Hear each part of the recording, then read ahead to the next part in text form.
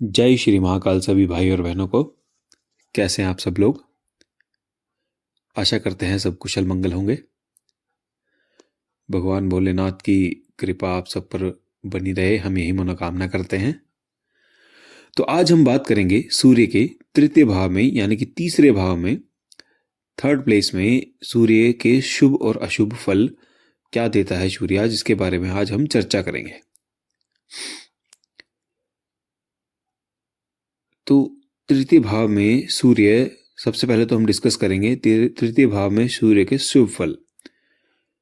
तीसरे भाव में सूर्य मेष, वृष, मिथुन, कर्क, कन्या, तुला, मकर और कुंभ लग्नों में उच्च स्थिति में होते हैं स्वराशि होने के कारण। तो ऐसे जातक बेहद ही दृढ़ निश्चयी, साहसी, परिश्रमी और उच्च शिक्षा प्राप्त करते हैं अपने जीवन में। काफी पढ़ने लिखने में अच्छे होते हैं। और ऐसे जातक जो होते हैं तृतीय भाव में, जिनका सूर्य मतलब तीसरे भाव में जो जिनका सूर्य उच्च का होता है, वो निजी परिश्रम से धन प्राप्त करते हैं निजी परिश्रम कह लीजिए, सेल्फ एम्प्लॉयड होते हैं और उनके धन की कमी नहीं होती इनके जीवन में।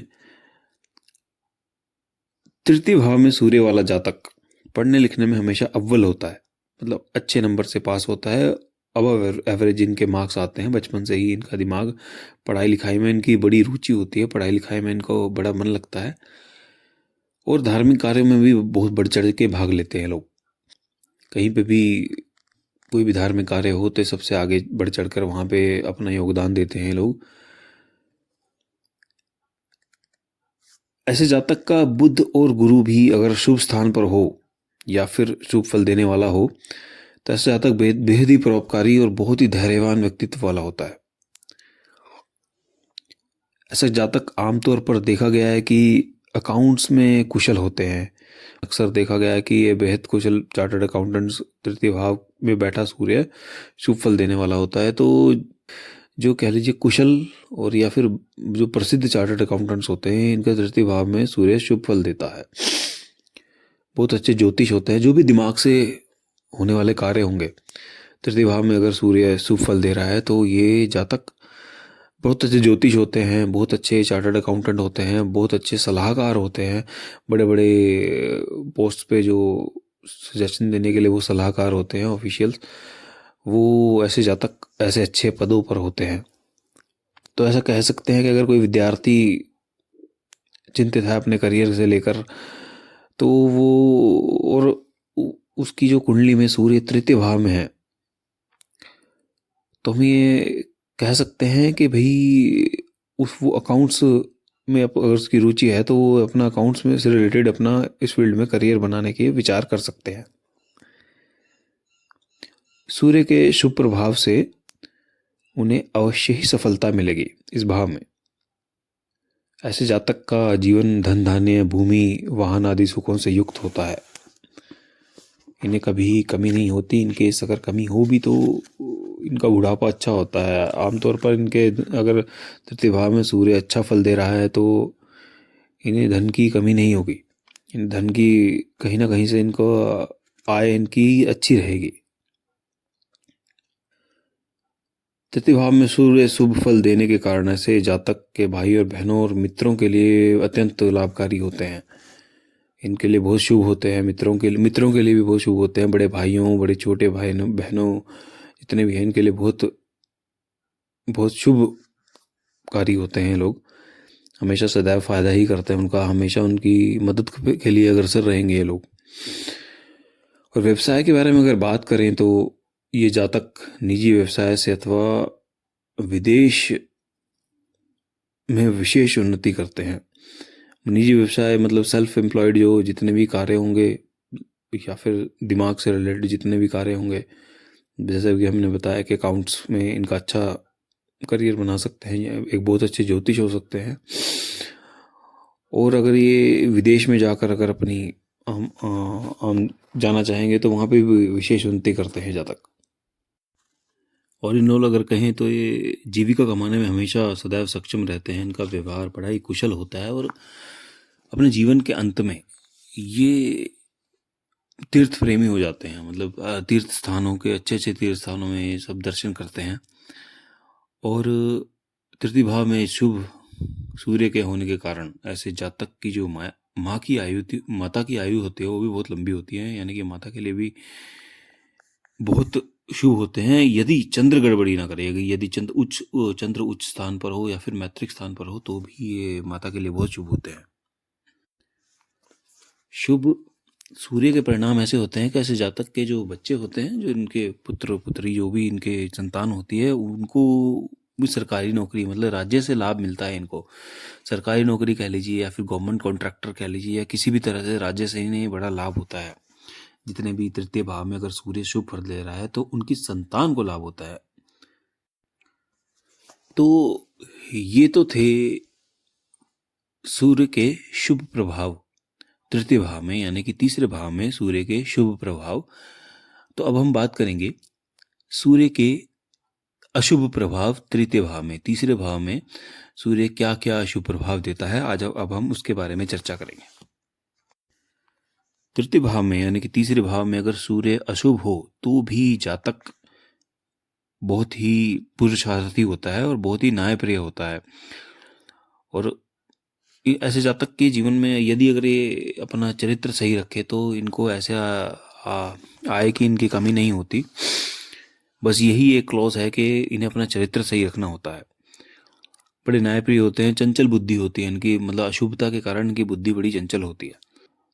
और ये अगर सूर्य अशुभ है भी तो भी अपने रह गुजर के लिए अपना धन तो अर्जित कर ही लेते हैं, जितना भी कह लीजिए कि मतलब कि अपनी आय चलती रहती है इनकी। लेकिन फिर भी ऐसे जातक के प्रत्येक कार्य में विघ्न बाधाएं आती रहती हैं, कुछ ना कुछ बाधाएं चली रहेंगी। व्यवसाय में बिजनेस कर रहे हैं तो उसमें कुछ ना कुछ अड़चने रहेंगी, अगर जॉब कर रहे हैं तो उसमें कुछ ना कुछ अपने ऑफिसर से, अपने बॉस से कुछ ना कुछ इन्हें दिक्कत रहेंगी।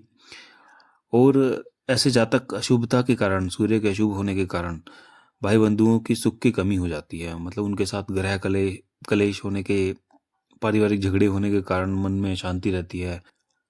भलाई करने पर भी बुराई का पात्र बनना पड़ता है इनको। मतलब कुछ भी भलाई करेंगे तो भी इनको उसका क्रेडिट नहीं मिलेगा। कुछ ना कुछ ऐसा हो जाएगा कि अंत में बुरे ही बन के सामने आएंगे।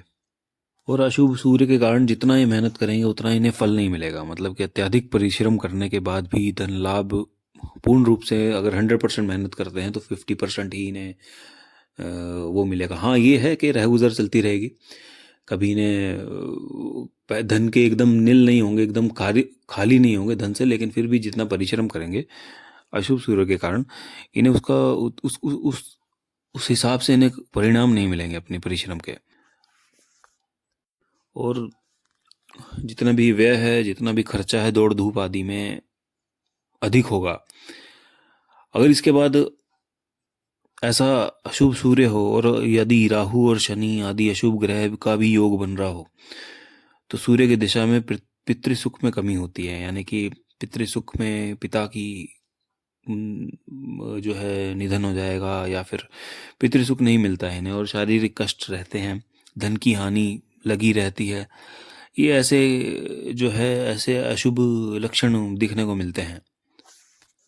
मतलब कोई ना कोई शरीर से लेकर परिवार से लेकर बड़े भाई बंधुओं से लेकर छोटे भाई बंधुओं से लेकर कुछ ना कुछ मानसिक टेंशन्स वगैरह इन्हें घेरी रखती हैं। तो ये तो थी तृतीय भाव में शुभ और अशुभ फल जो है सूर्य के तीसरे भाव में। तो हम चर्चा करेंगे इनका क्या उपाय है कि हम अपना सूर्य जो है तीसरे भाव में अगर अशुभ भी हो तो उसे हम कैसे अच्छे परिणाम दें, उसका कैसे उसे शुभ बनाएं, या फिर अगर शुभ भी है तो उसे हम शुभ ही रखें, उसे उच्च का ही रखें। तो इसका एक ही उपाय, लाल किताब के अनुसार अगर हम बात करेंगे तो इसका एक ही उपाय है कि अपना चाल चलन अच्छा रखें। चाल चलन अच्छा रखें मतलब अपना कैरेक्टर, अपना चरित्र अच्छा रखें, और निर्धन बच्चों की सहायता करते रहेंगे, उनकी पढ़ाई में कुछ योगदान रहेंगे, उनकी फीस वगैरह देते रहेंगे, उनकी यूनिफॉर्म वगैरह, या फिर कुछ भी जैसे सर्दियाँ आ रही हैं, सर्दियों में कंबल दे देंगे, उन्हें कपड़े प्रोवाइड करा देंगे। तो ये बहुत अच्छा एक उपाय है। माँ और दादी की अपनी जो है, दादा दादी जो हैं जीवित पितर कहे गए हैं, माँ होगी अपने दादी के हैं जो ये सेवा करें खास तौर से, तो भी इनका उद्धार हो जाता है।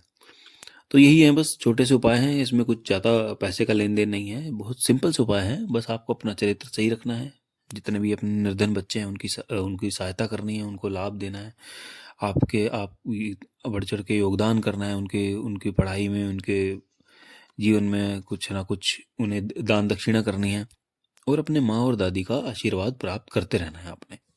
तो ये शेयर करी हमने अपनी जितने भी तृतीय भाव में, तीसरे भाव में सूर्य के शुभ अशुभ प्रभाव और उसके उपाय। तो यदि आपको हमारी ये वीडियो अच्छी लगी है तो इसे लाइक कीजिए, हमारे चैनल को सब्सक्राइब कीजिए, और जो बेल का घंटी का बटन है उसे क्लिक करना मत भूलिएगा। तो हमारी ये मनोकामना है, भगवान भोलेनाथ, प्रभु भोलेनाथ आप पर सदैव अपना आशीर्वाद बनाए रखें। मिलते हैं अगली वीडियो में। अगली वीडियो हम चर्चा करेंगे चौथे भाव में, यानी कि चतुर्थ भाव में सूर्य शुभ अशुभ प्रभाव और जो भी उपाय हैं उसे शुभ करने के लिए। तो हमें अब आगे दीजिए। जय श्री महाकाल। धन्यवाद।